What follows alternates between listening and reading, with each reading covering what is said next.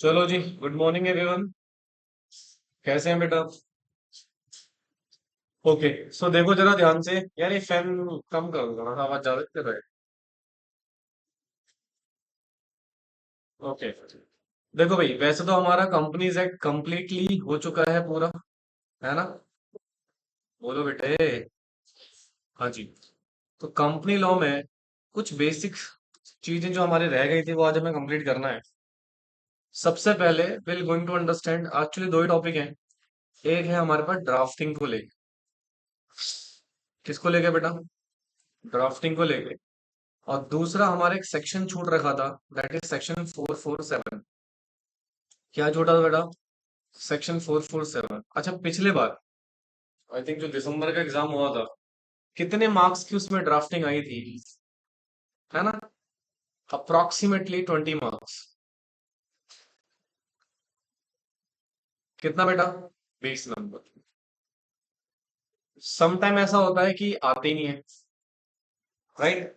और some time drafting आएगी, तो मोस्टली आपके 15 से 20 नंबर की तो ड्राफ्टिंग आती है। और ये पता है, मैं आपको सीरियसली बताऊं, ये फ्री के नंबर है।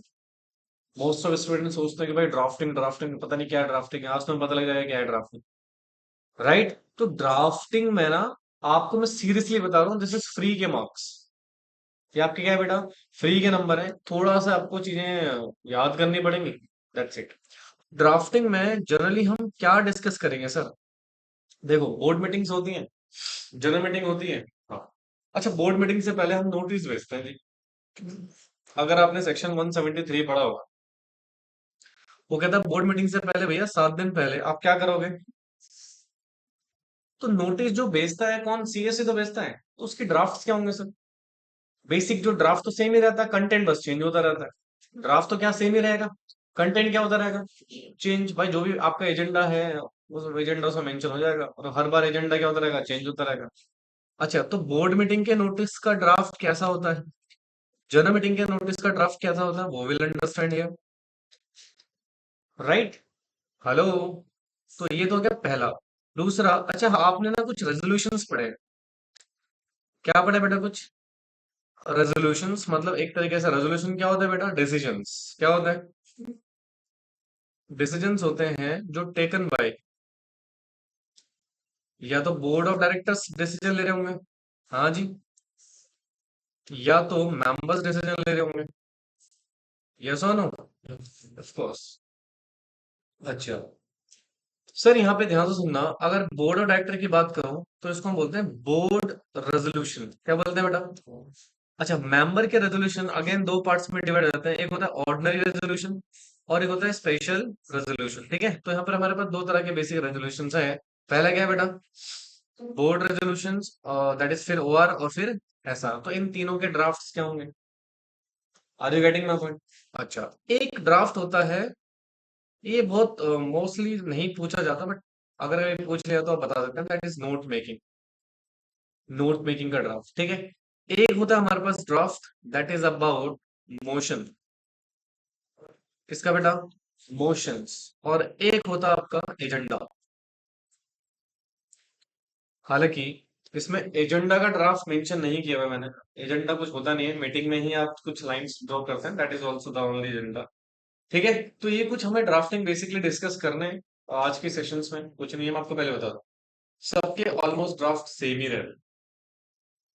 बोर्ड रेजोल्यूशन है, वैसे ही आपका क्या रहेगा? ऑर्डिनरी रेजोल्यूशन रहेगा, वैसे ही आपका क्या रहेगा? स्पेशल रेजोल्यूशन रहेगा। हाँ, थोड़े मोड़े चेंजेस उसमें होते हैं, वो हम डिस्कस करेंगे बेसिकली होता क्या, राइट? तो ड्राफ्टिंग से पहले आपको बेटा लीगल कंटेंट मेमोराइज करना बहुत जरूरी है। अगर लीगल कंटेंट याद नहीं है, फिर आप ड्राफ्टिंग नहीं कर सकते। और लीगल कंटेंट हमने ऑलरेडी डिस्कस कर लिया पूरा का पूरा।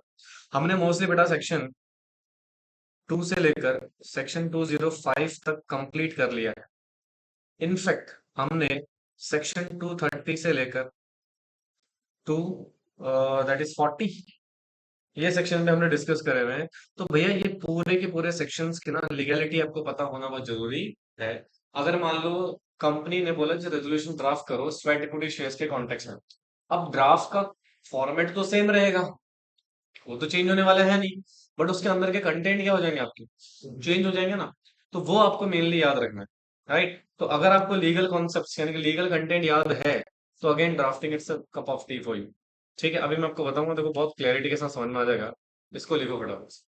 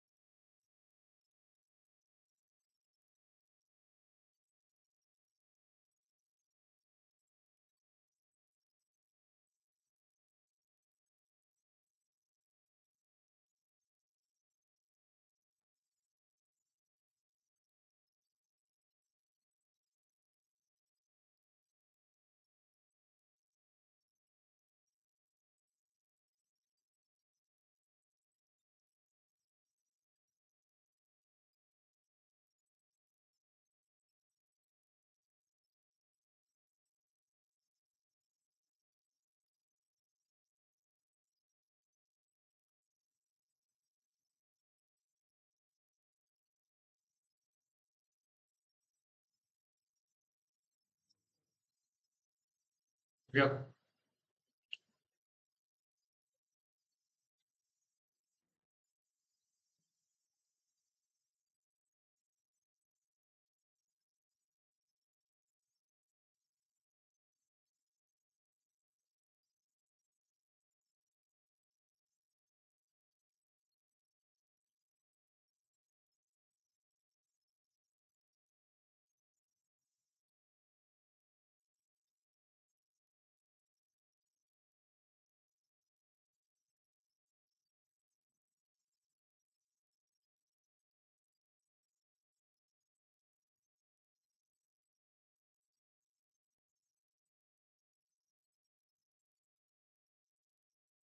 है ना?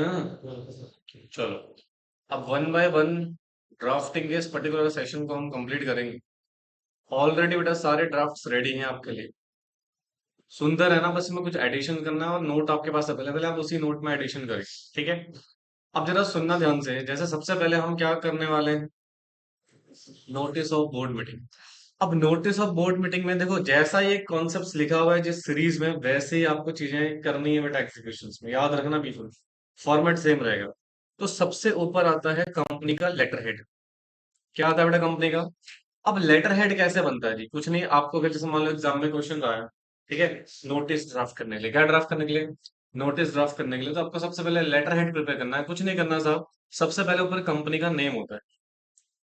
नेम ऑफ, लिखना नहीं है अभी, पहले सुनते रहिए ध्यान से। सबसे पहले क्या लिखोगे? कंपनी का नाम, जो भी आपके क्वेश्चन में नाम दिया होगा वो नाम लिख दोगे ऊपर आप, है ना? उसके बाद कंपनी का लिखोगे SIN नंबर। कितना, कौन सा नंबर बेटा? अगर कुछ नहीं दिया हुआ है, आपको कुछ नहीं करना, XX कर देना। क्या कर देना? XX कर देना। This is your CIN number. क्या बेटा? CIN number. ठीक है। अच्छा, आपने सबसे पहले नाम लिखा, फिर क्या लिखा बेटा? सिन नंबर लिखा। ठीक है। देयर आफ्टर बेटा आप कंपनी का क्या लिखोगे? रजिस्टर्ड ऑफिस का एड्रेस। ठीक है, जो भी आपको एड्रेस गिवन होगा, नहीं गिवन होगा, डैश डैश डैश। ठीक है। देयर आफ्टर बेटा आप कंपनी का मेल ID लिखोगे, और फिर उसके बाद कंपनी का क्या लिखोगे? Mobile number. या अगर कोई वेबसाइट है तो वो भी मेंशन कर सकते हैं। तो ये क्या बन गया आपका? Basic format of letter head. क्या बन गया बेटा? Basic format of letter head. ठीक है। याद हो जाएगा। उसके बाद हमारे पास सेकंड सिचुएशन क्या आएगा बेटा? तो डेट इंसर्ट करनी है। जैसे मान लो आज क्या तारीख है बेटा हमारे पास? 0704 अप्रैल एंड 2026। ठीक है, तो ये हमने आज के डेट मेंशन कर दी, राइट? आप एग्जाम वाले डेट डाल देना है, जो आपसे पूछा होगा वो डेट डाल देना, ठीक है। अच्छा, ये डेट कौन सी रहेगी? ये डेट कौन सी रहेगी बेटा? जिस दिन मीटिंग है या जिस दिन नोटिस भेज रहे हैं? यस, जिस दिन आप सेंड कर रहे हो नोटिस, उस दिन की डेट हो। ठीक है, उसके बाद to the director again, company का नाम और कंपनी का रजिस्टर्ड ऑफिस। ठीक है।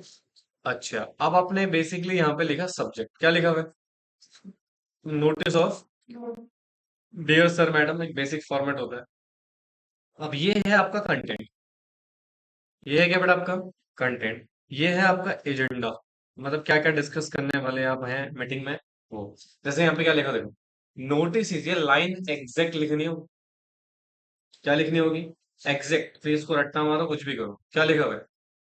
Notice is hereby given that a meeting of board of director of, जो भी आपकी कंपनी का नाम रहेगा, विल बी हेल्ड ऑन, जो भी डे, डेट या टाइम रहेगा बेसिकली। जैसे मान लो मैं एक हफ्ते बाद मीटिंग है, तो जो 15 मान लेते हैं फॉर एग्जाम्पल,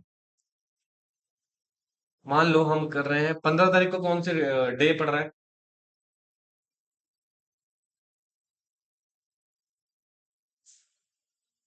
वेंसडे। ठीक है, तो वेडनेसडे को मीटिंग है, डेट होगी हमारी 15/04/2026। ठीक है, एंड एट, आप नॉर्मली टाइम लिख लेना है क्या बेटा? 11 बजे, क्योंकि बेसिकली बिजनेस आवर में मीटिंग होती है। ठीक है, बिजनेस आवर क्या होता है? 9 से 6। ठीक है, तो वो बेसिकली आपको टाइम कोई भी मेंशन कर सकते हो, बट सुटेबल है कि 11 बजे मीटिंग करो। कितने बजे मीटिंग करो? अच्छा, एट कहाँ पे? और थ्रू किसके थ्रू हो रही है? वीडियो कॉन्फ्रेंसिंग या फिर अदर ऑडियो। अच्छा, एक बार याद रखना, यहाँ पे ना एक बेसिक कॉन्सेप्ट आपने पढ़ा था कि सर रजिस्टर्ड ऑफिस में जो मीटिंग हो रही है वो इन पर्सन हो रही है, और कुछ मीटिंग्स अलाउड नहीं है किससे बेटा? वीडियो कॉन्फ्रेंसिंग से। याद है ना? तो वीडियो कॉन्फ्रेंसिंग से जो मीटिंग अलाउड नहीं है, तो उन मीटिंग को हम वीडियो कॉन्फ्रेंसिंग वाला कॉन्सेप्ट लिखेंगे। मान लो अगर वो एजेंडा हमारा डिस्कशन में, तो वहां पर हम क्या नहीं लिखेंगे बेटा?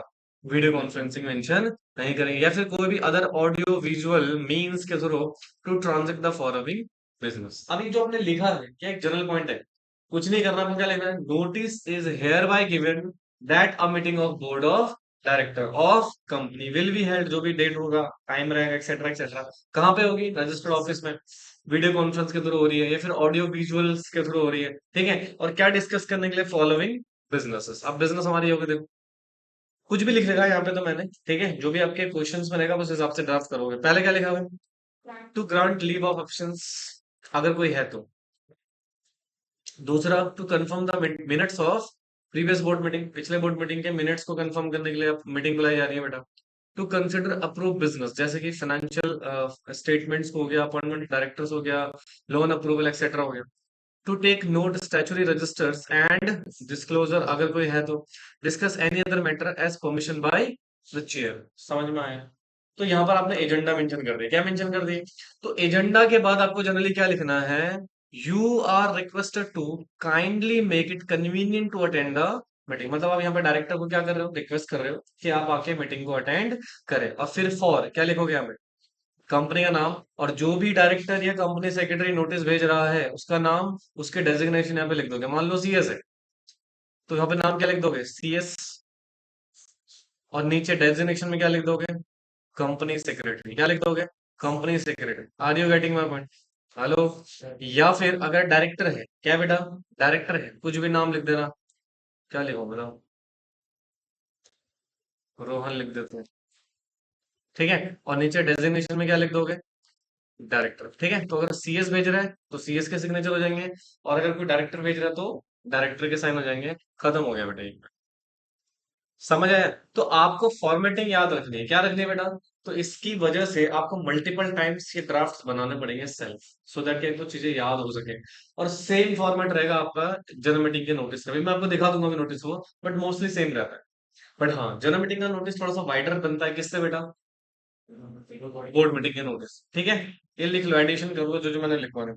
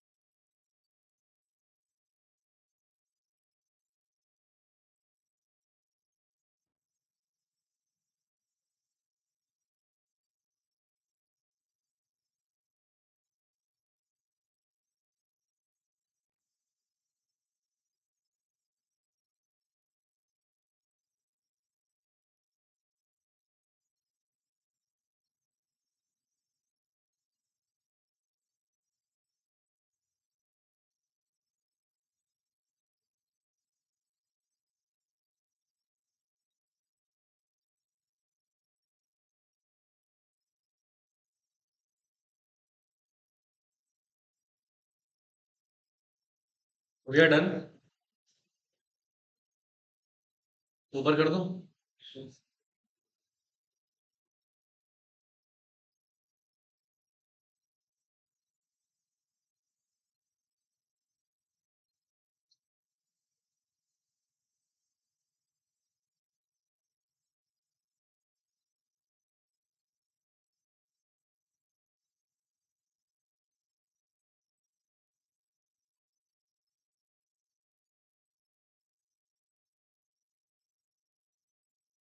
लिखा। तो ये हो गया बेटा हमारे पास क्या, बोर्ड मीटिंग का नोटिस। अब दूसरा जो ड्राफ्ट है वो किसका है बेटा, है ना। अच्छा यहाँ पे क्या लिखा हुआ है, लेटर हेड। तो यहाँ पे क्या लिख देंगे, सेम एज अब। मतलब लेटर हेड तो सेम ही रहने वाला भैया कंपनी का, है ना। जो आपने ऊपर लेटर हेड बनाया था वैसे लेटर हेड यहाँ पर भी बन जाएगा। अब जरा सुनो इधर देखो, रुक जाओ नालायको। अब इसमें ना एक लर्निंग पॉइंट है ये वाला, सीटीसी वेरी इंपॉर्टेंट।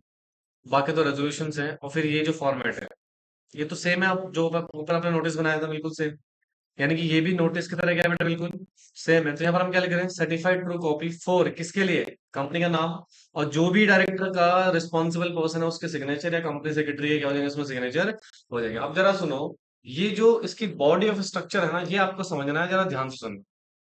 सबसे पहले आप बताओगे भैया किसकी मीटिंग है, हाँ, कब हो रही है मीटिंग, डेट क्या है, कहाँ पे हो रही है, एक्सेट्रा एक्सेट्रा। तो यानी कि ये जो बॉडी है ना इसमें आप क्या मेंशन कर रहे हो, मीटिंग कौन सी है, मीटिंग का डेट क्या है, बोलो, डे क्या है वैभव, क्या हुआ, समझ आ रहा है। मुंह क्यों बना रखा है तुम्हारा, मुंह क्यों बना रखा है आज तूने। कह रहा अंदर का एक व्यक्ति है जो कभी कभी बाहर आ जाता है। मीटिंग्स किसकी है, दूसरा date and time and all. अच्छा मीटिंग कहाँ हो रही है यानी कि वेन्यू, बोलो, बस खत्म। देखो तो बस इतना याद रखना, देखो क्या लिखा, certified true copy of board resolution, यानी कि किसका रेजोल्यूशन है। अच्छा बोर्ड रेजोल्यूशन जब मैं बोलता हूँ ना that is decision of board है बेटा, क्या है, यानी कि डिसीजन होने वाला है या हो चुका है, हो चुका है दोस्त, याद रखना। रेजोल्यूशंस का मतलब होता है डिसीजन हो चुका है। अभी मैं आपको ना कॉन्सेप्ट कराऊंगा मोशंस, मोशन और रेजोल्यूशन में क्या डिफरेंस है, will understand. Agenda and resolution में क्या डिफरेंस है, एग्जाम में आता है बेटे, जबकि बहुत सिंपल चीजें हैं। एजेंडा क्या है, जो होने वाला है, जिसके लिए हम बेसिकली क्या कर रहे हैं, मीटिंग कॉल कर रहे हैं। अच्छा जरूरी है एजेंडा कन्वर्ट हो रेजोल्यूशन में, नहीं सर। हो सकता है ना कुछ एजेंडा पे डिस्कशन हुआ और हमने रेजोल्यूशन पास ही नहीं किया, राइट। तो रेजोल्यूशन का मतलब ये होता है कि this is the final decision of board of director. तो यहां पर आपने क्या लिखा, certified true copy of board resolution. अच्छा पास कहाँ हुआ है, मीटिंग। अच्छा मीटिंग किसकी है ये, बोर्ड ऑफ डायरेक्टर्स। सिंपल है यार, नहीं है, बताओ फटाफट। उसके बाद आपको क्या बता देना है, कंपनी का नाम, और हेल्ड कब हुआ था, प्लेस क्या था, खत्म। देखो ना मीटिंग बता दिया अपने बोर्ड की थी, डेट बता दिया, डे बता दिया, टाइम बता दिया, वेन्यू बता दिया, खत्म हो गया काम। तो इसको याद रखना है, क्या रखना है, याद क्या लिखोगे, certified true copy of board resolution pass, yes. या फिर आप ऐसे लिख सकते हो, pass by board of director of a company in its meeting. जरूरी नहीं आपको सेम ही कंटेंट लिखना हो, आप ऐसे भी लिख सकते हो, बस मीनिंग सेम आना चाहिए उससे। जैसे यहाँ पर मैंने क्या लिखा, pass at the meeting of board of director, या आप लिख सकते हो pass by board of director at at its in its meetings. समझ रहे हो ना। फिर उसके बाद तो नॉर्मल है, कंपनी का नाम आ जाएगा, और कब मीटिंग हुई थी वो आ जाएगा, कौन से प्लेस में मीटिंग हुई थी वो आ जाएगा, खत्म करने। टाइम भी मेंशन कर देना है इसमें। क्या मेंशन कर देना, टाइम। टाइम जैसे ऊपर हमने लिखा ना 11 बजे, at register office at 11 AM, खत्म करना, समझ में आया? अब सुनो ध्यान से, सर बोर्ड ऑफ डायरेक्टर ने डिसीजन लिए होंगे ना, बोर्ड ऑफ डायरेक्टर ने क्या लिया होंगे, तो decision one resolve that. Resolve that का मतलब होता है पहला रेजोल्यूशन, क्या होता है बेटा, फर्स्ट रेजोल्यूशन। ध्यान सुनना, ये हमारा फर्स्ट रेजोल्यूशन है जो मीटिंग में रखा गया था, और इस पे बोर्ड ऑफ डायरेक्टर ने डिसीजन लिया है। उसके बाद अगर दूसरा रेजोल्यूशन होगा तो क्या लिखेंगे उसको, रिजॉल्व फर्दर दैट। याद रखना ये जो कॉमा है ये फर्स्ट में आएगा फिर लास्ट में एंड होगा, बीच में मत डाल देना इसको यहाँ पे, ठीक है। क्या कौन सा कॉमा बोलते हैं इसको, इम्पोर्टेंट कॉमा। तो ये फर्स्ट में आएगा, फर्स्ट रेजोल्यूशन में, और एंड कब होगा, जब हमारे सारे रेजोल्यूशन डिसाइड हो चुके होंगे, ठीक है। तो सर ये हो गया हमारे पास सेकंड रेजोल्यूशन, क्या हो गया, यानी कि this is the second decision taken by the board of director. फिर क्या लिखा हुआ है, रिजॉल्व फर्दर दैट, मतलब जितने होते रहेंगे आप लिखोगे, resolve further that, resolve further that, मतलब 10 रेजोल्यूशन है, पहला क्या होगा, रिजॉल्व दैट, और फिर बार बार क्या होगा, resolve further that, resolve further that, resolve further that, मतलब this is the basic decision taken by क्या, बोर्ड ऑफ डायरेक्टर। तो ये कौन सा रेजोल्यूशन हो गया हमारे पास, थर्ड रेजोल्यूशन। अब इसमें से कौन से रेजोल्यूशन में क्या डिसीजन होगा देखो, अब यहीं पे आपको लॉ पढ़ना है। अब जैसे मान लो यहाँ पर क्या लिखना है, ध्यान सुनना, कहता है pursuant to the provision of companies act 2013। Suppose मान लो कंपनी, यहाँ पे मैं एक एग्जांपल लेके चल रहा हूँ सो दैट कि इसमें आपको बेटरली चीजें क्लियर हो जाए। कंपनी बेटा प्रपोज करने वाली है, बोर्ड प्रपोज करने वाली है बेटा बायबैक। क्या प्रपोज करने वाली है, बायबैक, मतलब कंपनी ना बायबैक कर रही है up to 5% of total production capital etcetera. कितना बेटा, क्लियर है। अच्छा तो यहाँ पे क्या लिखेंगे, pursuant to the provision of company, यानी कि यहाँ पे लिखोगे परसुएंट टू, सेम रहेगा यहाँ ये वाली लाइन में, pursuant to the, pursuant to the section 68, 69, 70 पूरा लिख दो, क्या दिक्कत है, ऑफ कंपनीज एक्ट 2013, यहां तक सेम आएगा। एंड क्या लिखा हुआ है, other applicable provisions if any, plus, हालांकि आप यहाँ पर ना एक और चीज लिख सकते हो बेटा, क्या लिख सकते हो, रूल, क्या लिख सकते हो बेटा, रूल्स, है ना। बायबैक को लेके रूल्स क्या है, रूल 17 ऑफ कंपनीज, बेटा कंपनी का खा गया ना, like share capital and debenture rules 2014, आगे ना एक लाइन पूरी। यानी कि यहाँ पर जनरली हमें लिखना है प्रोविजन, क्या लिखना है बेटा, प्रोविजन। तो आपने क्या लिखा, pursuant to the section 68, 69, 70 of companies act 2013, read along with rule, जो भी है मेंशन करोगे 17 of company share capital and debenture rule 2014। बेटा मुझे एक बात आओ, जब तक सेक्शन याद नहीं होंगे लाइन लिख लोगे, तो इसलिए हमें याद करना क्या इंपॉर्टेंट है। मैंने कहा ना ड्राफ्टिंग कुछ भी नहीं है, अगर प्रोविजन याद है और आपको एक फॉर्मेट क्लियर है तो आप आराम से कर सकते हो, ठीक है। और फिर यहाँ देखो क्या लिखा है, अगर और भी कोई, ये भी लिख सकते हो, अदर एप्लीकेबल प्रोविजंस, अगर मान लो लिस्टेड कंपनी भैया तो अदर कंपनीज के लिए आपको बायबैक फिर सेबी के भी रेगुलेशन फुलफिल करने पड़ेंगे, अगर कोई एप्लीकेबल है तो क्या लिखा हुआ है, consent of board of director of company B and is hereby accorded to mention purpose, जो भी आपका पर्पस था, बायबैक, बायबैक था ना हमारा, तो उसमें हम बायबैक लिख लेंगे, कितना बायबैक कर रहे हैं, कितना बायबैक करिए बेटा, company going to buyback of its shares और 5% of total paid up share capital, तो उसको लेके यहाँ पे बोर्ड ऑफ डायरेक्टर का डिसीजन आ गया है और उन्होंने अप्रूवल दे दी है, समझ में आए, पक्का। अच्छा उसके बाद ना सुनो, अब एक बात बताओ, जब बायबैक करोगे तो कुछ लीगल काम भी तो करना पड़ेगा, और उसी को फॉर्म भी तो फाइल करना पड़ेगा, है ना, तो वो सारी चीजें करनी पड़ेंगी। तो देखो क्या लिखा, मिस्टर या मिस, कोई भी कंपनी का कौन बेटा, डायरेक्टर, या कोई भी ऑथराइज पर्सन, यानी कि सीएस भी हो सकता है बेटा, और उसकी डेजिग्नेशन लिख दोगे, is and sorry B and is hereby authorise to do all such act, deed, matter, things as may be necessary and proper and expedient to be in the effect of the resolution, including signing and filing necessary document with authorities। मतलब आप यहाँ पर ना ये जो ऊपर काम कर रहे हो ना, इस काम से रिलेटेड जितने भी रेगुलेशन फुलफिल करने हैं, फाइलिंग करनी है वगैरह वगैरह, उसके लिए आप किसी एक डायरेक्टर को या किसी एक ऑथराइज पर्सन को ऑथराइज कर रहे हैं ताकि वो सारा काम एग्जीक्यूट कर सके, समझे। उसके बाद आपने क्या लिखा, certified true copy of resolution be provided to the concern authority and be record, मतलब जिसको भी इस रेजोल्यूशन को हमें भेजना है उसके लिए आप क्या करोगे बेटा, पर्सन को ऑथराइज कर दोगे, समझ में आए, बोलो भैया। तो सर सबसे पहले क्या आएगा, कंपनी का लेटर है, फिर सीटीसी, क्या आएगा बेटा, सीटीसी सर्टिफाइड ट्रू कॉपी, जिसमें कंपनी की कौन सी मीटिंग है, किसका रेजोल्यूशन है, वेन्यू क्या है, डेट क्या है, टाइम क्या, एक्सेट्रा एक्सेट्रा। फिर रिजॉल्व दैट, जितने भी रेजोल्यूशन पास होने हैं, आप एग्जाम में क्या करोगे, मोस्टली बस दो ही ड्राफ्ट करोगे, फर्स्ट और सेकंड, ठीक है। हाँ अगर एग्जाम में लिखा हुआ है कि आपको ऑथराइज भी करना है, ये भी करना है, तो फिर आप तीन चार जो भी रेजोल्यूशन पास कर सकते हैं। जैसे मान लो आपको चार मैटर दिए हुए हैं, तो चार रेजोल्यूशन तो पास होंगे ही होंगे, पांचवा पास कर देना किसी पर्सन को ऑथराइज करने के लिए, जो सारे के सारे लीगल कॉम्प्लाइंस करेगा, अथॉरिटीज को फाइल करेगा, फॉर्म्स फाइल करेगा, उसके लिए आप किसी एक को ऑथराइज कर दोगे, उनमें से किसी एक डायरेक्टर। तीन मैटर आए हैं तो आप चार रेजोल्यूशन ड्राफ्ट करोगे, तीन तो मैटर है ही हमारे, चौथा हम किसी को ऑथराइज करेंगे। याद रखना ये ऑथराइजेशन हर जगह हो, चाहे बोर्ड रेजोल्यूशन हो, चाहे स्पेशल रेजोल्यूशन हो, चाहे आपका, क्योंकि बेटा आपने पढ़ा था ना, जब भी आप कोई काम करते हो तो अथॉरिटीज को इंटीमेट करना पड़ता है, कौन करेगा अथॉरिटीज को इंटीमेट, है ना, ऑथराइज पर्सन, तो उसको कहाँ ऑथराइज करोगे आप, बोर्ड मीटिंग में, समझ आए। ये है बेटा आपका बोर्ड रेजोल्यूशन, नीचे तो सेम है सीटीसी, कौन सी कंपनी का सीटीसी है, उस कंपनी का नाम आ जाएगा, फिर नीचे जो भी पर्सन बैठा उस मीटिंग में करवा रहा था उसका साइन, उसका नाम, उसके डेजिग्नेशन वगैरह मेंशन कर दोगे। समझ में आया? कॉपी करो फटाफट से। ये नेसेसरी नहीं है, ये जब लिख भी सकते हो नहीं भी लिख सकते। ठीक है। ओ भैया, बातें मत करो।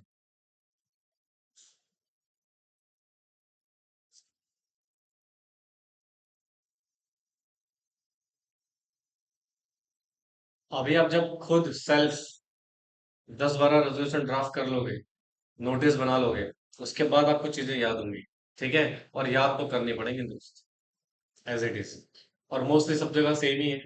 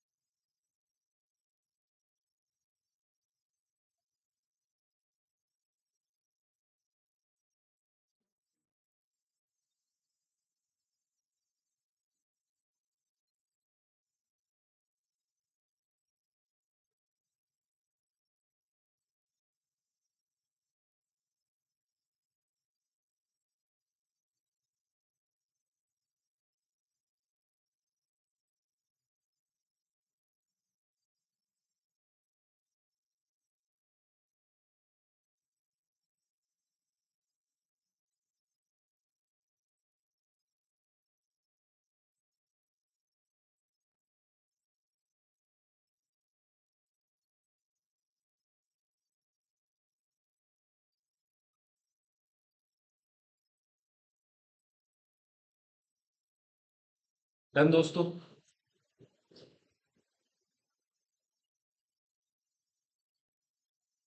सारा मेंशन कर लेना नोट्स में, ठीक है। चलिए, अब क्या आता है? Notice of OR. अब यहाँ पर हम ओआर का नोटिस भेज रहे हैं। किसका नोटिस भेज रहे हैं मैडम? ओआर का। अच्छा, आपको पता है ना सेक्शन 102 याद है? ये बिजनेस को कैटेगराइज करता है दो फॉर्म में, स्पेशल बिजनेस और ऑर्डिनरी बिजनेस। अच्छा, ऑर्डिनरी बिजनेस और स्पेशल बिजनेस में डिफरेंस क्या है? ऑर्डिनरी बिजनेस सिर्फ कहाँ डिस्कस होंगे? एजीएम में। हाँ। और स्पेशल बिजनेस दोनों में हो सकते हैं, एजीएम में भी हो सकते हैं और ईजीएम में भी हो सकते हैं। क्लियर है? ओके। अब देखो सेम ही है बेटा, नोटिस का फॉर्मेट बिल्कुल चेंज नहीं है, बहुत सेम है। सबसे पहले आपने क्या लिखना है? Letter head. तो लेटर हेड तो मैं ऊपर ऑलरेडी बता दूंगा आपको, सेम एज अब। हाँ। अब देखो नोटिस आप भेज रहे हो, ऊपर आपने बोर्ड रेजोल्यूशन का नोटिस भेजा था, यहाँ पे किसका भेज रहे हो? तो आपको बिल्कुल सेम लिखना। देखो, notice is hereby given to, क्या लिखा हुआ है बेटा? Ordinary resolution will be propose कहाँ पे होगा? एजीएम में या फिर एजीएम में ऑफ द मेंबर, कंपनी का नाम, और मीटिंग कब होगी उसका डेट टाइम प्लेस, या फिर वीडियो कॉन्फ्रेंसिंग तो होगी नीचे दी गई ट्रांजेक्शन को करने के लिए। क्या सेम है? बोलो। बस कंटेंट चेंज किस में हो जाएगा बेटा? वहां पे बोर्ड मीटिंग था, यहाँ पर क्या आ जाएगा? General meeting. चाहे वो एजीएम हो चाहे वो ईजीएम हो, ठीक है। बाकी सब कुछ सेम है। Time, venue, play, actually that is date वगैरह, है ना? सब कुछ सेम है।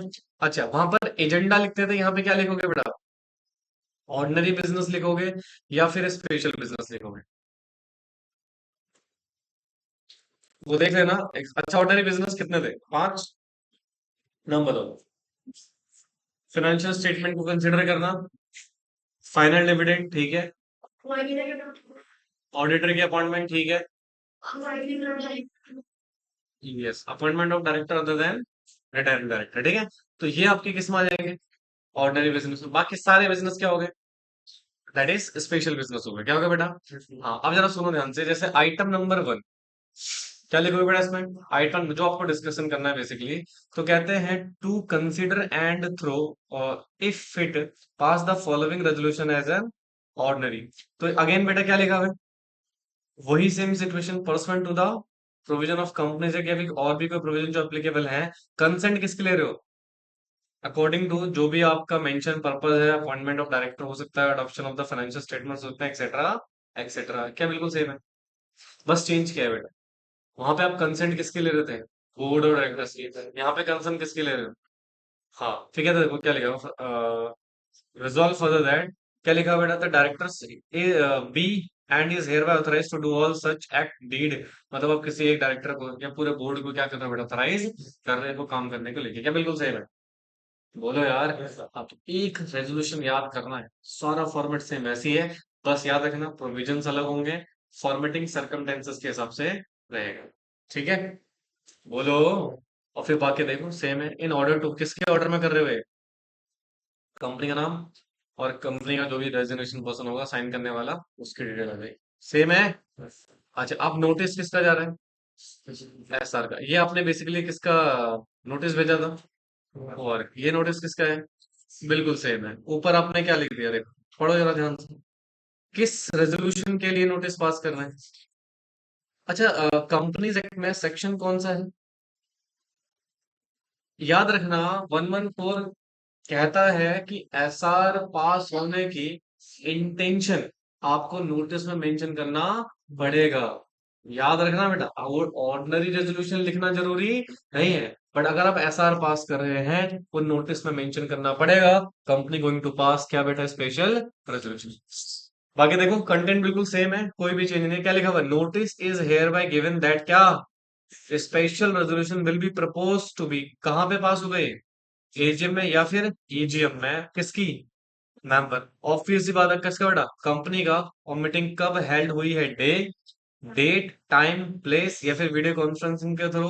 और हम ट्रांजेक्ट कर रहे हैं बेटा फॉलोइंग बिजनेस। अब जो भी आप बिजनेस करो, चाहे वो स्पेशल बिजनेस हो चाहे वो ऑर्डिनरी बिजनेस हो, वो यहाँ पे लिख देना। देखो आइटम नंबर 1, आप आइटम नंबर 2 भी लिख सकते हो, 3 भी लिख सकते हो, 4 भी लिख सकते हो, एक्सेट्रा जितने में मर्जी आप आपको आइटम डिस्कस करने हैं वो सारे इसमें मेंशन कर सकते हैं, चाहे वो स्पेशल बिजनेस के हो चाहे वो ऑर्डिनरी। अब जैसे यहाँ पर मैंने से स्पेशल लिखा हुआ है, ऑर्डिनरी भी हो सकता है। जनरली यहाँ पर मैंने क्या लिखा हुआ है, स्पेशल, बट ऑर्डिनरी भी हो सकता है। क्लियर है, हाँ जी, बाकी सब कुछ सेम है बेटा ऑलमोस्ट। अच्छा स्पेशल रेजोल्यूशन के नोटिस में ना एक पॉइंट और डालोगे आप, क्या बेटा, देखो एक्सप्लेनेटरी स्टेटमेंट, या प्लीज एक मिनट देखो, एक्सप्लेनेटरी स्टेटमेंट है हमारा पास्ट, क्या है बेटा, मैं मेंबर से क्या बोल रहा हूँ कि ये आइटम्स हैं जिनके ऊपर हमें आपकी परमिशन चाहिए, फलाने डेट पे आपकी मीटिंग है। और मेंबर को मैं बता रहा हूँ भाई सुनो, आप जिस पे डिस्कशन करने वाले हो, डिसीजन देने वाले हो, उसमें ऑलरेडी बोर्ड एग्री हो चुका है। कौन एग्री हो चुके हैं, बोर्ड एग्री हो चुके हैं। और उस एग्रीमेंट यानी कि यहाँ पर मैं पूरा कुछ नहीं करूंगा बेटा, पूरा बोर्ड रेजोल्यूशन ड्राफ्ट कर दूंगा। यानी कि जो बोर्ड ऑफ डायरेक्टर ने रेजोल्यूशन पास किया था, वो पूरा का पूरा मैं कहाँ ड्राफ्ट कर दूंगा बेटा, एक्सप्लेनेटरी स्टेटमेंट में। यानी कि कुछ नहीं करना, आपको बोर्ड रेजोल्यूशन उठा के कहाँ पे डाल देना है, एक्सप्लेनेटरी स्टेटमेंट में, जहां पर आप बताओगे कि भैया बोर्ड ने ये रेजोल्यूशन पहले ही क्या कर दिया, पास कर दिया है, और अब हम आपकी कंसर्न ऑब्टेन करने के लिए आए। ठीक है, तो यहाँ पर जनरली हम क्या लिख देंगे बेटा, और एक और लाइन यहाँ पे लिखोगे, none of the director interested in above resolution. मतलब कोई भी डायरेक्टर इस रेजोल्यूशन में क्या नहीं है बेटा, इंटरेस्टेड नहीं है, मतलब उसका इंटरेस्ट ऑफ कॉन्फ्लिक्ट उसमें नहीं है। ठीक है, बाकी तो सेम है। इन ऑर्डर टू क्या बेटा, बोर्ड, और ये कंपनी का नाम आ जाएगा और नीचे डेजिग्नेशन और सिग्नेचर आ जाएगा, समझ में आएगा, बोलो। तो सर ये हो गया हमारे पास नोटिस। अब आता है रेजोल्यूशन, क्या था बेटा, रेजोल्यूशन। एक मिनट तो देखो सारे के सारे, रेजोल्यूशन का फॉर्मेट भी बिल्कुल सेम है, आपने जैसे बोर्ड मीटिंग में पढ़ा था रेजोल्यूशन वैसे ही है, तो थोड़ी थोड़ी चीज चेंज होंगी। अच्छा ये देखो, रेजोल्यूशन पास करोगे तो ऑफ कोर्स सबसे पहले हेडिंग क्या लिख दोगे, है ना, उससे पहले क्या लिखोगे बेटा, लेटर हेड, और लेटर हेड हम ऑलरेडी पढ़ चुके हैं, तो सेम एज अबव ही होगा। ठीक है, लेटर हेड के बाद क्या लिख दोगे? Board resolution. अब ये बोर्ड रेजोल्यूशन में मैंने आपको स्पेसिफिक क्या दिया बेटा? सॉरी, ऑर्डिनरी रेजोल्यूशन क्या बेटा? Ordinary resolution, that is bonus issue के रिगार्डिंग हमने ये प्रपोज किया जनरली। अब देखो यहाँ पे क्या लिखा है मैंने, सीटीसी। सीटीसी क्या था? Certified true copy. अच्छा, वहां पर सीटीसी जो था वो किसका था? बोर्ड का। तो यहाँ पे सीटीसी किसका है? जरा देखो ध्यान से, ध्यान से क्या था, certified true copy of board resolution लिखा है क्या? क्या लिखा है? Ordinary resolution. अच्छा, पास मीटिंग में होगा किसकी? ऑफ कंपनी का नाम, डेट, डे आ जाएगा, प्लेस आ जाएगा, और क्या आ जाएगा बेटा? टाइम आ जाएगा। ठीक है, ये सारी चीजें इसमें मेंशन कर दो। समझ में आ रहा है? हेलो। और प्लेस में मोस्टली हम क्या लिखेंगे बेटा?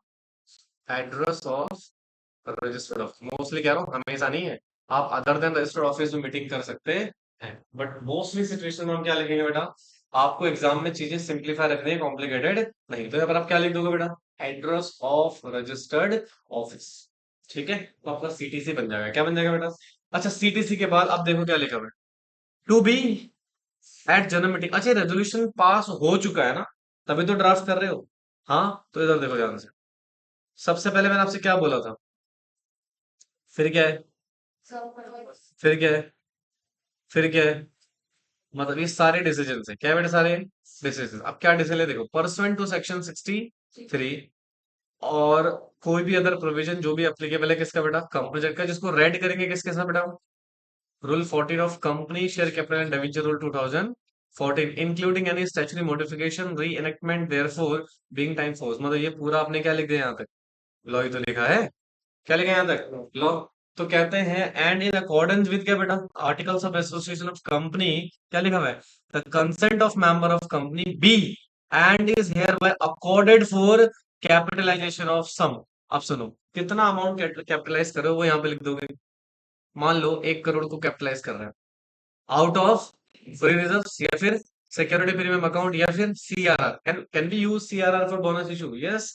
अगर कोई अमाउंट बच गया है तो उसको फुल्ली बेटा बोनस शेयर्स के लिए हम यूटिलाइज कर सकते हैं, फॉर द पर्पस ऑफ क्या बेटा? इशू ऑफ फुल्ली बेटा बोनस शेयर्स। क्या ये बिल्कुल एज इट इज आपको पता है? बस लिखने का थोड़ा सा टेक्निक आपको देखना पड़ेगा कि आप कैसे चीजों का एग्जीक्यूट कर रहे हैं।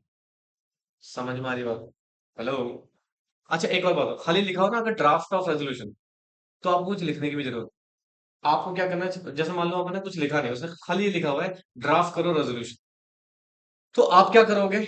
एक टेक्निक बताता हूँ। ऊपर क्या लिखोगे? लेटर हेड, फिर जो भी ओआरएसआर है, सीटीसी बनाओ। क्या बना दोगे? With fictitious figures. कुछ भी लिख दोगे, मतलब कंपनी का नाम, जो भी आपको X Y Z limited etcetera, जो भी एड्रेस आपको लिखना हो, अपने घर का एड्रेस लिख दो। उसके बाद आपको रेजोल्यूशन कुछ नहीं करना, रिजॉल्व दैट लिखोगे। और ये कुछ नहीं लिखना आपको, बस क्या करना है, dash dash dash dash dash dash dash dash. हाँ जी। ठीक है, या फिर आपका लिखना ही है resolve that pursuant to provision of companies act 2013, फिर डैश डैश डैश। भाई कोई मैटर ही नहीं है ना आपके पास।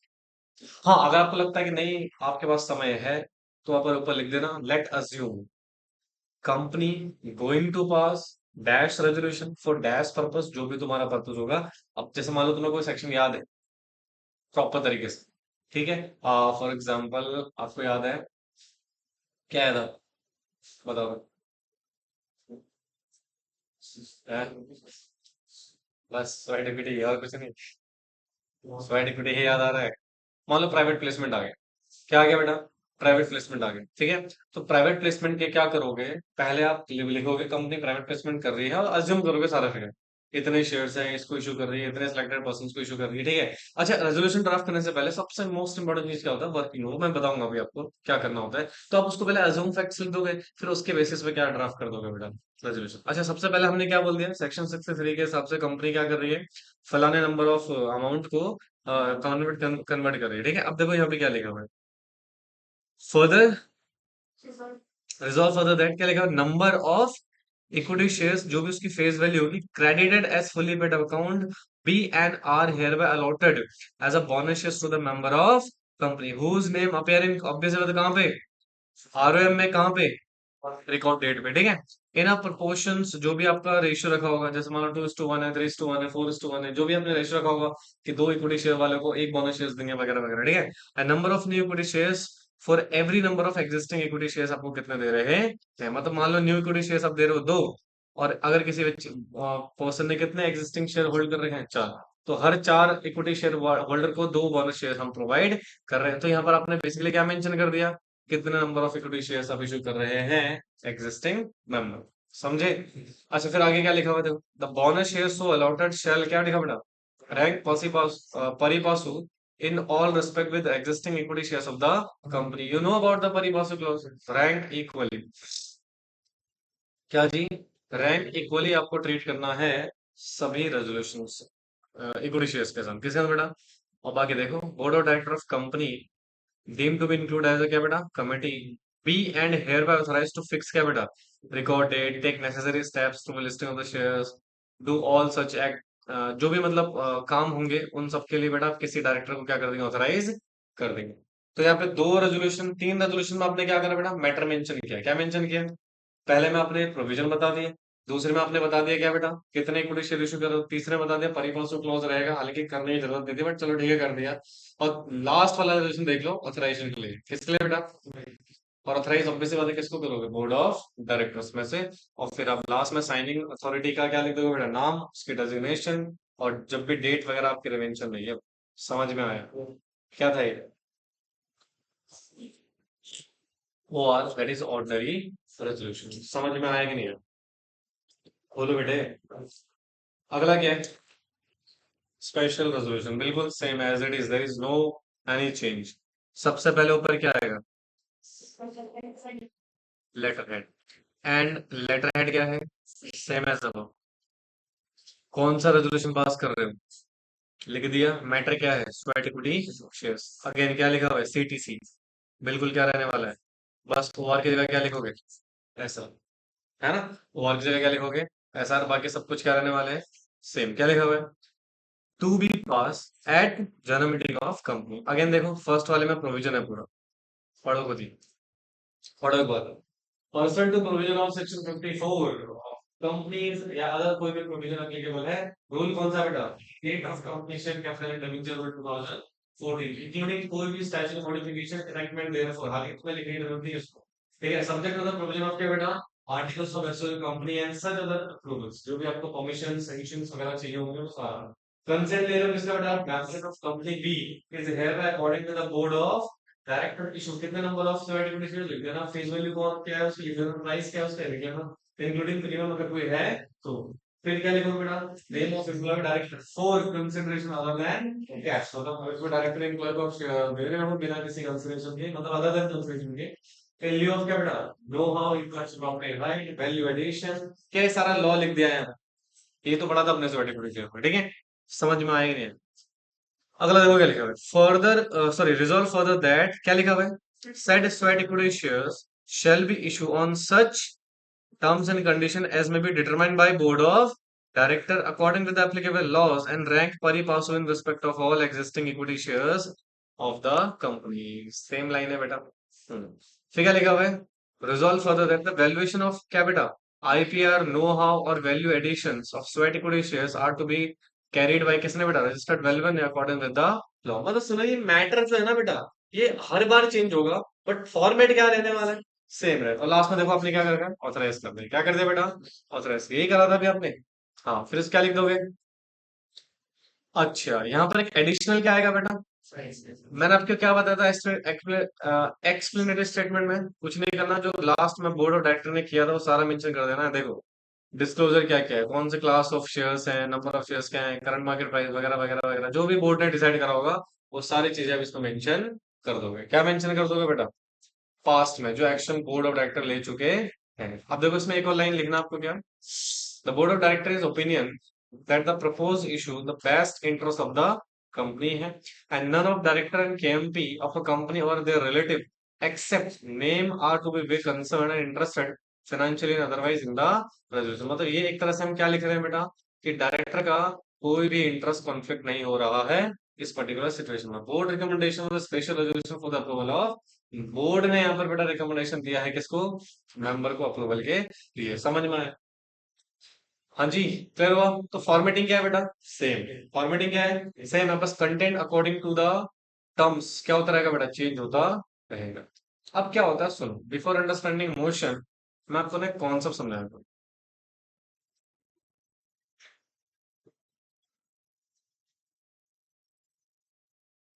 Process of meeting.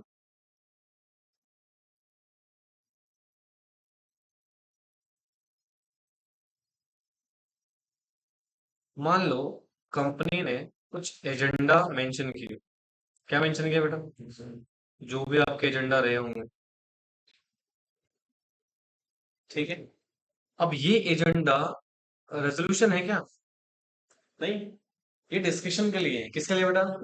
अच्छा, डिस्कशन होंगे या तो बोर्ड मीटिंग में या तो जनरल मीटिंग, ठीक है। अच्छा, जब जनरल मीटिंग या बोर्ड मीटिंग आप हेल्ड करोगे तो इसका ड्यूरिंग द मीटिंग,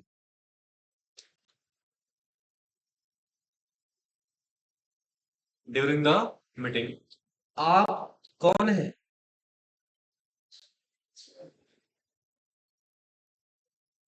चेयरपर्सन। कौन है आप? तो चेयरपर्सन बेटा एक एक करके इनको रेजोल्यूशन, सॉरी, एजेंडा को रखेगा ना। Hello, put agenda for discussion. हाँ जी, यहाँ पर आप डिस्कशन के लिए किसको रख रहे हो बेटा? एजेंडा को। तो जब आप एजेंडा को रखते हो डिस्कशन के लिए, इसी को बोलते हैं मोशन। क्या बोलते हैं बेटा? मोशन। या फिर जरूरी नहीं है एजेंडा ही रखे जाए, some time motion put by any member. जैसे मान लो किसी मेंबर को डिस्कशन करना था किसी मैटर पे, तो उसने वो बात रखी, तो उसको भी हम क्या बोलेंगे? मोशन बोलेंगे। क्या बोलेंगे? अच्छा, मोशन डिसीजन है क्या? नहीं, मोशन एक मैटर है जो डिस्कशन के लिए मीटिंग में रखा जा रहा है। सपोज मान लो हम company secretary of company and you all are the directors या मेंबर। तो मैंने कहा भैया एक्स मैटर को हमें इस मीटिंग में डिस्कस करना है अकॉर्डिंग टू योर डिसीजन, जो भी हम यहाँ पर एग्जीक्यूट करने वाले हैं। तो मैंने क्या किया, एक मैटर रखा, दैट इज मोशन। क्या बेटा वो? मोशन है। Are you getting my? बोलो यार। अच्छा, या फिर out of you some people, आपने भी कोई एजेंडा या कोई मोशन रखा है मीटिंग में, कोई मैटर रखा है, तो दैट इज कॉल्ड क्या बेटा? मोशन। क्या बोलेंगे उसको? Motion. It is not resolution, याद रखना। मोशन रेजोल्यूशन नहीं होता है। मोशन सिर्फ एक मैटर है जो डिस्कशन के लिए कहाँ रखा जा रहा है बेटा? अच्छा, अब भैया इस मोशन के ऊपर मीटिंग में डिस्कशन होगा। बोलो। तो सर यहाँ पे ना डिस्कशन होगा, और डिस्कशन के बाद इसमें मान लो हमने फाइनल डिसीजन ले लिया। क्या ले लिया? और डिसीजन में मान लो इसको अप्रूवल मिल गया। क्या मिल गया? तो यही मोशन अब कन्वर्ट होके क्या बन जाएगा? रेजोल्यूशन बन जाएगा। क्या बन जाएगा बेटा? रेजोल्यूशन। यानी कि मोशन, राइट, एक डिसीजंस के बाद जनरली क्या बन जाता है बेटा? Resolution. It may be a board resolution, it may be a special resolution, it may be a ordinary resolution. समझ में आया? अब सर जब कोई बंदा मोशन को पुट करेगा तो उसका ड्राफ्ट क्या रहने वाला है वो देखो। तो सबसे पहले टू बी क्या यूज इन जनरल मीटिंग या एजी में, फिर तो मिस्टर या मिस कोई भी मेंबर का नाम हो सकता है, या फिर चेयरमैन का प्रपोज करेगा क्या बेटा? Following motion. जैसे मान लो तुमने बोला कि ये मैटर डिस्कस करना है, कंपनी सेक्रेटरी को तुमने बता दिया। अब कंपनी सेक्रेटरी उसको रखेगा ना इन मैटर को सामने, और जब रखेगा तो उसका फॉर्मेट ये रहेगा। ठीक है, तो देखो क्या लिखा, resolve that pursuant to the provision of क्या बेटा? कंपनीज एक्ट 2013 या एनी अदर प्रोविजन, सेम है। कहते हैं concern of member of the company is be hereby according with mention subject approval of financial statement या फिर director के appointment या फिर issue of shares et cetera, such terms and condition as may be decide by board of director. फिर कहते हैं motion was seconded by, ये second motion आ सकता है। ये क्या था? फर्स्ट मोशन था। क्या था बेटा? या और सेकंड मोशन भी हो सकता है, कोई भी पर्सन अपना मोशन पुट रख सकता है। ठीक है, कहते हैं chairman then put the motion किसके लिए बेटा? Vote and show of hands या फिर पोल से declare that the motion was pass as ordinary resolution या फिर स्पेशल विद रिक्विजिट मेजोरिटी। मतलब सिंपल सी बात है, आपने एक मैटर रखा, उस मैटर को चेयरमैन ने कहाँ रखा बेटा? मीटिंग में। उस पर डिस्कशन हुआ, और डिस्कशन के बाद आपने वोट डाले, और वोट डालने के बाद चेयरमैन डिक्लेयर करेगा मोशन पास हुआ या मोशन पास नहीं हुआ। अगर मोशन पास हुआ है तो कौन सा पास हुआ है? ओआर पास हुआ है या फिर एसआर पास हुआ है? It is depending on the situations कि कितने मेजोरिटी ऑफ वोट्स आपको रिसीव हुए। समझ में आए? तो ये था बेसिक ड्राफ्टिंग किसका बेटा, मोशन का। समटाइम एग्जाम में पूछ लेते हैं, इसलिए मैंने आपको यहाँ पे बता दिया, ठीक है। लिख लो उसको।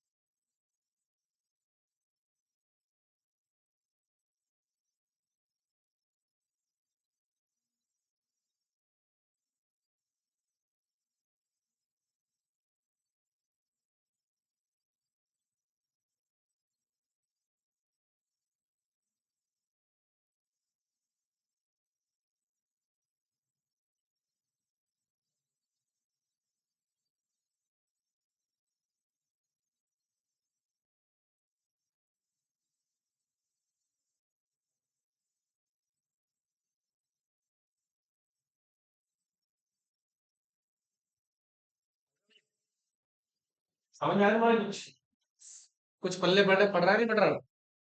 हाँ लेके देखो फिर जो नेक्स्ट टॉपिक अगर आप देखेंगे तो यहाँ पे मैंने क्या बता रखा बेटा आपको, difference between motions and resolutions.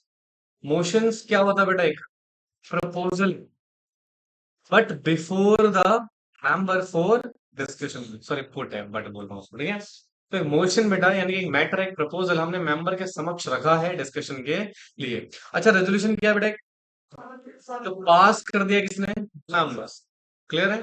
अच्छा ये कब आएगा, वोटिंग से पहले, और ये फाइनल स्टेज में आता है आफ्टर वोटिंग। ऑफ कोर्स जब वोटिंग हो जाएगा उसके बाद ही तो रेजोल्यूशन बनेगा वो। अच्छा ये क्या हमारा, या फिर, बट ये क्या है बेटा, डिसीजन है या फिर अप्रूवल है, येट नॉट टू, अभी इस पे वोट नहीं हुआ है, और इसमें ऑलरेडी क्या हो चुका बेटा, कोई लीगल इफेक्ट नहीं है, बट इसका लीगल एंड बाइंडिंग इफेक्ट होता है, ठीक है। Must be propose and seconded, right, and must be pass with required majority, चाहे वो ओवर हो चाहे वो मे और may not be accepted but become official and act of company, ठीक है। क्या लिखा बेटा, to appoint director propose stage, but director officially क्या बेटा, अपॉइंटेड, मतलब मुझे प्रपोज करना है तो मोशन है, अपॉइंट हो चुका है तो रेजोल्यूशन, समझ में आया। भाई ये हो गया कंप्लीट आपका क्या, resolution, draft, etcetera etcetera etcetera. अच्छा एक और चीज सुनना, आई डोंट नो ये आएगा या नहीं आएगा, है ना। आप लोगों ने ये पढ़ा होगा, डेविंचर ट्रस्ट डीड, क्या पढ़ा होगा, डेविंचर ट्रस्ट डीड क्या पढ़ा होगा बेटा। अब समटाइम देखो आज तक तो नहीं पूछा है, बट समहाउ अगर एग्जाम में पूछ लिया, डेविंचर ट्रस्ट डीड को ड्राफ्ट करो। किसको ड्राफ्ट करो बेटा, डेविंचर ट्रस्ट डीड। पर्दा खोल के रखने को बोल दूंगा, ठीक है। इसकी ड्राफ्टिंग में ना आपको कुछ चीजें पढ़नी पड़ेंगी। मैं आपको इसका ड्राफ्टिंग का फॉर्मेट व्हाट्सएप कर दूंगा। ठीक है। एक बार पता नहीं क्यों मुझे ऐसा फील हो रहा है, इंट्यूशन आ रही है कि आ सकता है एग्जाम में। मेरी इंट्यूशन सच होती है, याद रखना इसको। ठीक है। तो एक्चुअली कुछ नहीं है बेटा, ड्राफ्टिंग तुमने ऊपर पढ़ लिया है ना, आपको ड्राफ्टिंग ऑलमोस्ट सेम रहेगा। बट हाँ, आपको ना उसका फॉर्मेटिंग थोड़ा रटना पड़ेगा, क्योंकि डीड का जो फॉर्मेटिंग है ना वो थोड़ा सा टफ होता है। फाइनल में पढ़ोगे आप, जैसे आप ना अभी ये पढ़ रहे हो, जीआईएल पढ़ रहे हो, आपने पढ़ा होगा वहां पे ये रेट पिटिशन। रेट पिटिशन पढ़ा है? अच्छा, रेट पिटिशन का ड्राफ्ट कराया सर ने? अच्छा, अपील पढ़ा होगा आपने? आपने पीआईएल पढ़ा होगा? पढ़ा है ना? PIL, public interest litigation. बेटा देखो, अगेन मुझे एक और इंट्यूशन आ रही है, बता रहा हूँ, सुनो ध्यान से सर। आप प्लीज इनके भी ड्राफ्ट सर से बोलो कि वो आपको कराए। जीआईजीएल में आपकी ड्राफ्टिंग अगर आएगी ना, बहुत जबरदस्त ड्राफ्टिंग आएगी। इंट्यूशन से मैं क्या कह रहा हूँ, इंट्यूशन फाइनल में तो आया है, एग्जी में नहीं आया। आ सकता है दोस्त।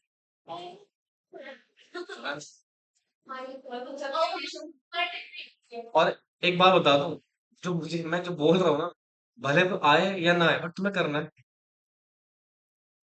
और जब मैं बोल रहा हूँ, हो सकता है वो आ जाए, पहले ही बता रहा हूँ मैं।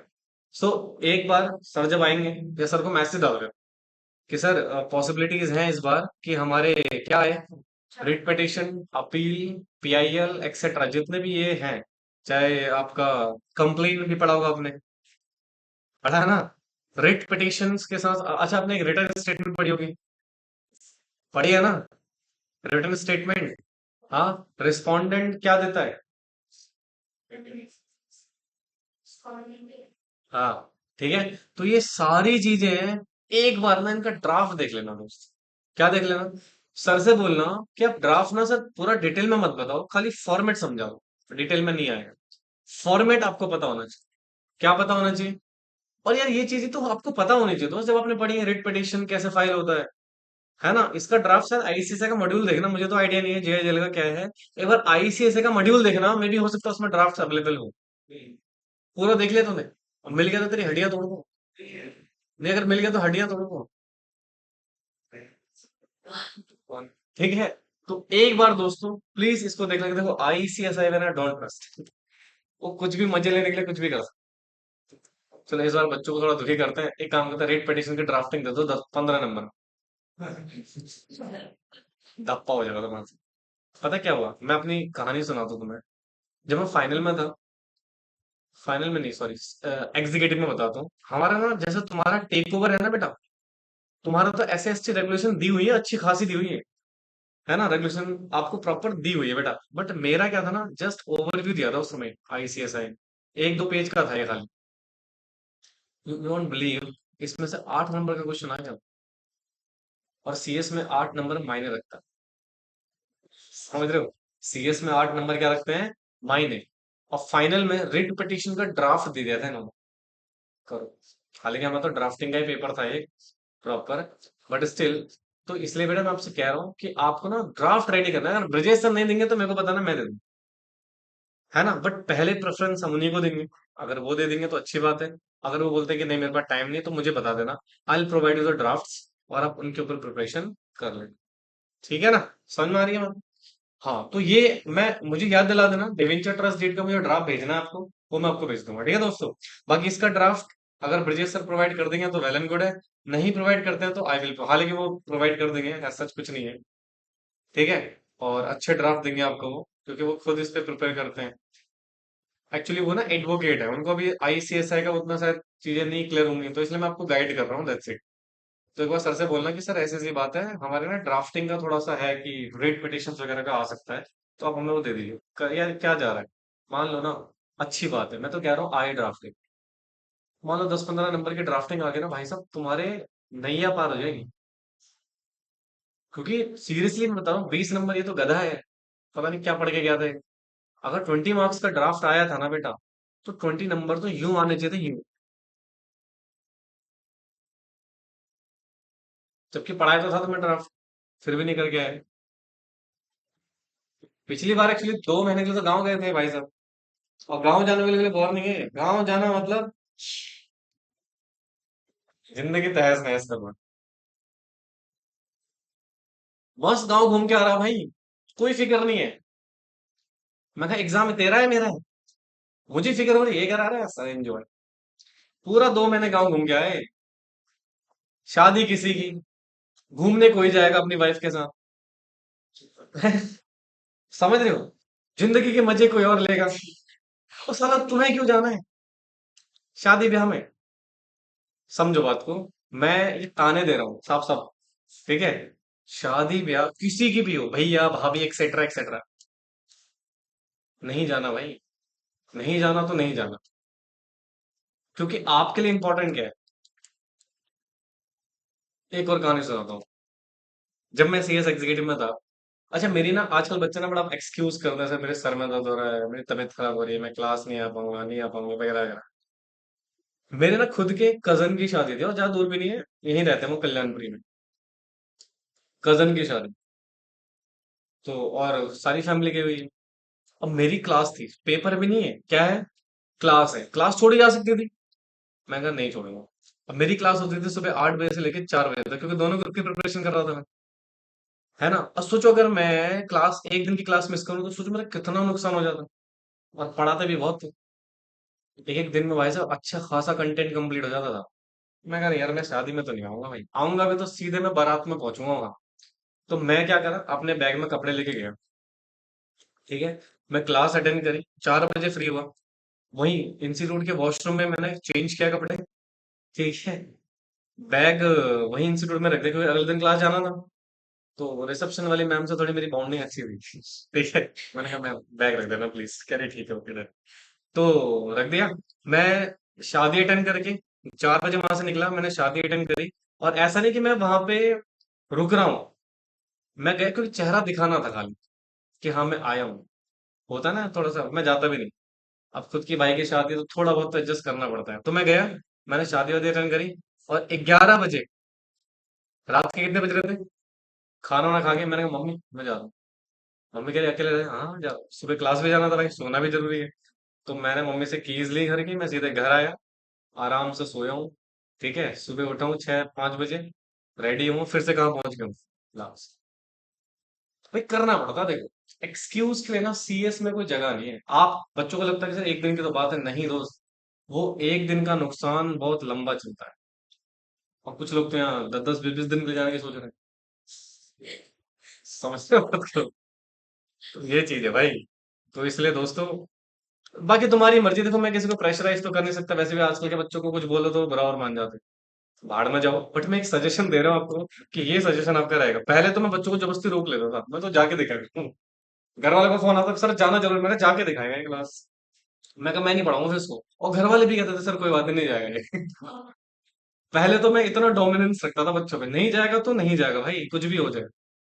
वो बेचारा सड़ी सी शकल बना के क्लास में बैठा होता था। बट मैं नहीं जाने देता था। बट आज बोलूंगा पता है बच्चे क्या बोलेंगे this is my life my rules. तो जेन जी थोड़ा सा पगला गई है आज। समझ रहे हो। तो आज के बच्चों को प्रेशर है और पेरेंट्स भी वैसे ही एक्चुअली। पेरेंट्स को बोलूंगा पेरेंट्स क्या बोलेंगे अरे सर एक ही दिन तो है वो बच्चों पे ज्यादा ट्रस्ट हो गया ना आजकल। प्रॉब्लम ये है। पेरेंट्स को कंप्लेन करूंगा अरे सर वो ऐसा हो गया था मतलब यू आर डिफेंडिंग और चिल्ड्रंस। तो अगर आप बच्चों को डिफेंड कर रहे हो ना तो फिर फ्यूचर कॉज ऑफ कॉन्सिक्वेंसेस के लिए भी रेडी रहो। भाई हमारे घर में अगर किसी टीचर का कॉल आ जाए। पापा तो मेरे कुछ नहीं बोलते थे मम्मी। भाई साहब मेरी मम्मी हिटलर थी पता तुम्हें हिटलर जानते हो तुम? हाँ बिल्कुल हिटलर। और गलती से कॉल आ गया और मेरी जो कुटाई होती थी बढ़िया वाली। मतलब भले मैं सच हूं वहां पे। टीचर की गलती है। बट स्टिल कौन पिटता था। वो थोड़ी झूठ बोलेंगे। और बात भी सही है। ऑफ कोर्स बात भी सही है और अच्छा है भाई। मेरे एक टीचर थे वो मेरे ऐसे पीछे पड़े हुए थे हाथ धो के मैं तुम्हें क्या बताऊं मुझे कहीं भी देख लेंगे मेरे घर पे कॉल करके बोल और उससे मैं गुस्सा तो मुझे आता था। लेकिन कहीं ना वो बहुत अच्छा करते थे। आज वो एहसास होता है। अब हुआ क्या जब होता है ना जब 9-10 का बच्चा होता है तो उसमें एक अलग ही जोश रहता है मतलब एटीट्यूड अलग ही रहता है। कोई फिक्र नहीं रहती इतनी समझ थोड़ी होती है। अब मैं दोस्त के साथ घूम रहा हूँ। देख लिया होगा एक दिन। 2 लड़कियां चल रही थी 4 लड़के चल रहे थे। मस्त बदरपुर से घूमते आ रहे थे। उन्होंने देख लिया होगा रास्ते में। मुझे कुछ नहीं बोला रास्ते में ठीक है सीधे घर पे कॉल कर दिया आज मैं लड़कियों के साथ बड़ा घूम रहा है। ओ भाई साहब, उस दिन के बाद मैं कभी नहीं घूमा फिर। समझ रहे हो, इतनी रेस्ट्रिक्शन लगा रखी थी उन्होंने मेरे ऊपर। और कहीं ना कहीं वो रेस्ट्रिक्शन मेरे लिए फ्यूचर में बेनिफिशियल भी हुई, है ना। समझ रहे हो बात को। और दूसरा, मेरी मम्मी का बहुत बड़ा रोल है मेरी लाइफ में, बहुत बड़ा रोल। ठीक है, कुटाई भी कर देती और मेरे लिए खुद भी सेक्रीफाइस कर देती। मैं नहीं जा रहा तो वो भी नहीं जा रही। समझ रहे हो बात को, ताने हैं कुछ लोगों के लिए। अच्छा जाते रहे। अब बेटा कंपनीज एक्ट में ना एक फ्रॉड का पैनल सेक्शन है क्या बेटा, दैट इज सेक्शन 447।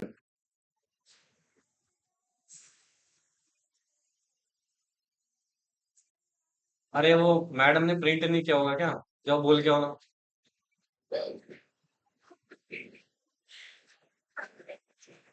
नहीं कोई बात नहीं, एक पेज लिया हो जाएगा बस। उन्होंने प्रिंट कर रखा होगा शायद, वो स्टेपलर करना भूल गई। जा रहे बेटे, हैं। वो तो है। फ्रॉड, मान लो सोनाली जी ने फ्रॉड कर दिया। ठीक है, तुमने क्या कर दिया, फ्रॉड कर दिया एज ए कंपनी सेक्रेटरी। अब तुम्हारे ऊपर सेक्शन 447 एप्लीकेबल हो जाएगा। क्या एप्लीकेबल हो जाएगा, सेक्शन 447 एप्लीकेबल हो जाएगा। तो देखो, सेक्शन फोर, हालांकि सेक्शन 447 के ना कुछ कंडीशंस हैं, कुछ सिचुएशंस हैं। देखो कंपनी जेट क्या है, इसने ना थोड़ा रिलैक्सेशन किया ना, बड़ी खतरनाक पेनल्टी थी इसमें।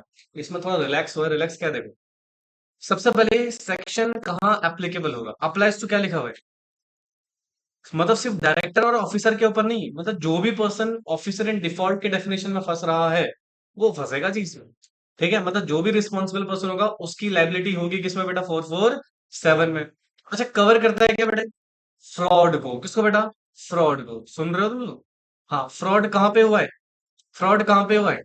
हाँ जी, तो वहां पर बेटा सेक्शन 447 आपका एप्लीकेबल हो जाएगा। Getting my point. अच्छा देखो क्या लिखा हुआ है, क्या लिखा है, नॉन ऑब्स्टेंट क्लॉज है ये, मतलब क्या है, without prejudice to any liability. अच्छा सुनो, ये इसका मतलब ये होता है कि जैसे मतलब किसी और सेक्शन में आपके ऊपर और पेनल्टी लगी हुई है, तो क्या सेक्शन 447 में वो पेनल्टी नहीं लगेगी।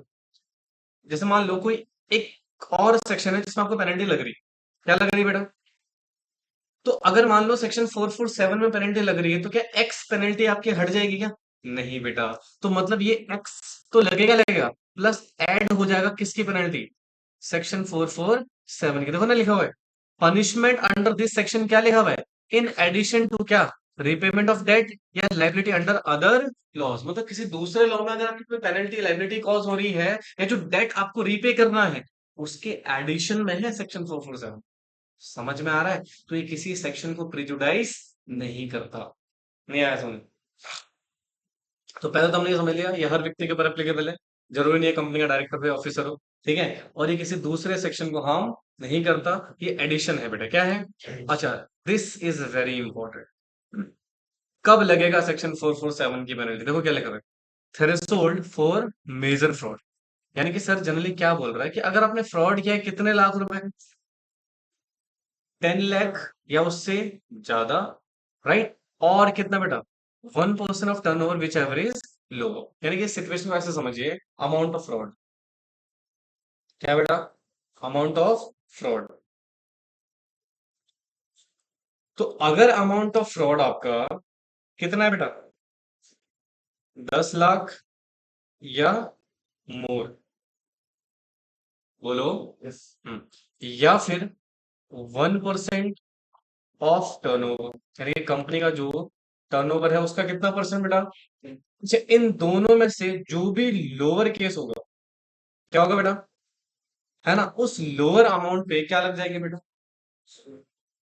फ्रॉड माना जाएगा। अगर आपने इतना फ्रॉड कर दिया, दिस इज बेसिकली क्या बेटा, फ्रॉड, बोलो।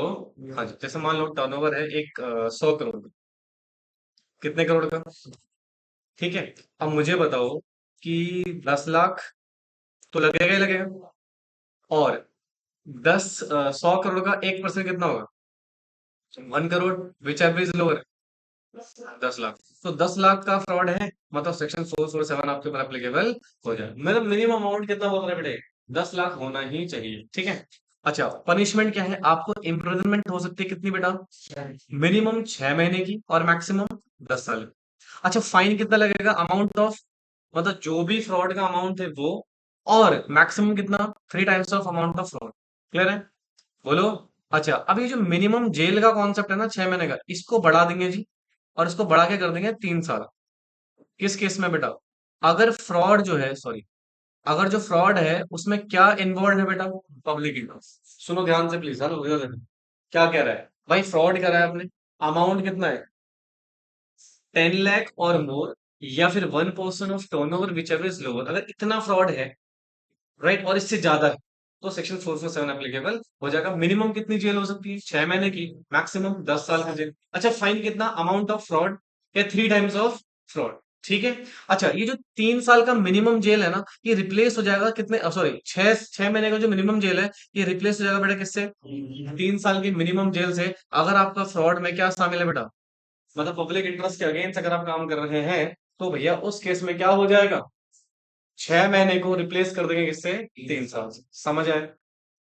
अच्छा, फिर कहते हैं lesser fraud below the threshold, मतलब अगर कम है कितना बेटा? 10 लाख, और 1% से क्या है बेटा? कम है, और पब्लिक इंटरेस्ट इन्वॉल्व नहीं है, तो पनिशमेंट क्या है? 5 साल तक की जेल और 50 लाख रुपए तक का फाइन, और दोनों भी हो सकता है। अब जरा सुनो ध्यान से, सिचुएशंस क्या है। मान लो, ये समझो, केस वन,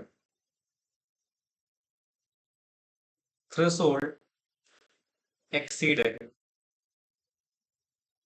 पेनल्टी क्या है बेटा? 6 महीने की, या अभी 6 महीने लिखो, 6 महीने की जेल। हम्म। और इसको एक्सटेंड कर सकते हैं कितना? 10 साल तक। ये क्लियर है? अच्छा, और इसके साथ साथ क्या लगने वाला है? फाइन। क्या लगने वाला है? फाइन कितना? Amount of fraud, amount of fraud, या फिर 3 टाइम्स। 3 टाइम्स तो मैक्सिमम हो गया, 3 टाइम्स ऑफ फ्रॉड, है ना? ये पेनल्टी लगेगी कब? जब थ्रेशोल्ड लिमिट क्रॉस कर जाती है, तो।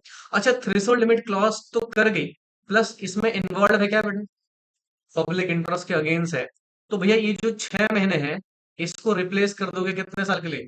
यानी कि फिर मिनिमम 3 साल के क्या होगे बेटा? जेल होगी। क्लियर है? अच्छा, केस नंबर 2, यानी कि जो फ्रॉड का अमाउंट है, अमाउंट ऑफ फ्रॉड है, वो लेस देन है थ्रेशोल्ड। क्या बेटा? मतलब छोटा मोटा फ्रॉड है। क्या बेटा? छोटा मोटा फ्रॉड है, तो उस केस में आपका जो सिचुएशन है बहुत क्लियर है। जेल हो सकती है बेटा कितना? Up to 5 year. बेटा यहाँ पे मिनिमम जेल का कोई कॉन्सेप्ट नहीं है, मतलब मैक्सिमम जेल बता दिए, एक 5 साल की हो सकती है। और या फिर आप पे क्या लग सकता है बेटा? 50 लाख रुपए का फाइन। क्या लग सकता है बेटा? और दोनों भी हो सकते हैं। क्या हो सकते हैं बेटा? दोनों भी हो सकते हैं। समझ में आया? बोलो बेटे। तो ये है केस नंबर सेकंड। अब आता है केस नंबर 3। क्या था बेटा? अब सुनो, केस नंबर 3 में क्या है? केस नंबर 2 प्लस इसमें क्या इन्वॉल्व है बेटा? Public interest. तो फिर पेनल्टी लगेगी सेम एज केस वन। मतलब समझे इसका? अगर 10 लाख से कम का फ्रॉड है, 10 लाख से क्या है बेटा? कम का फ्रॉड है, याद रखना, 10 लाख से क्या है बेटा? कम का फ्रॉड है। ठीक है, बट उसमें क्या इन्वॉल्व है? पब्लिक इंटरेस्ट, तो केस वन वाली पेनल्टी हो जाएगी भैया। फिर आपको रिलैक्सेशन नहीं मिली। समझ में आया? बोलो। अच्छा, यहाँ पे फ्रॉड का मतलब बता रखा है, एक बार देख लो। मीनिंग ऑफ क्या बेटा? फ्रॉड। में फ्रॉड इंक्लूड क्या? एक्ट या omission, concealment of facts, abuse of position done कोई भी person with convince of other. ठीक है, इंटेंट क्या होनी चाहिए आपकी? या फिर गेनफुल, अनड्यू एडवांटेज, या फिर injury interest of company share holder, या फिर क्रेडिटर, या फिर किसी भी पर्सन का। इवन नो एक्चुअल गेन और लॉस अगर आपको हुआ है, फिर भी वो फ्रॉड माना जाएगा, ऑल दो आपकी इंटेंशन उसमें क्या थी बेटा? फ्रॉड करने की। रॉन्गफुल गेन का मतलब क्या होता है? गेन आपने करा है अनलॉफुल मीन्स के through, person is not legally entitle. और रॉन्गफुल लॉस का मतलब क्या होगा बेटा? लॉस बाय अनलॉफुल मीन्स, या फिर पर्सन लीगली एंटाइटल। समझे? तो ये लिख लो बेटा, दिस वन।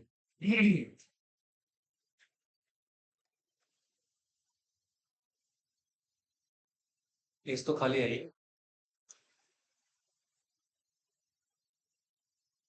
तो तुम्हारे साथ ही ऐसा क्यों है फिर?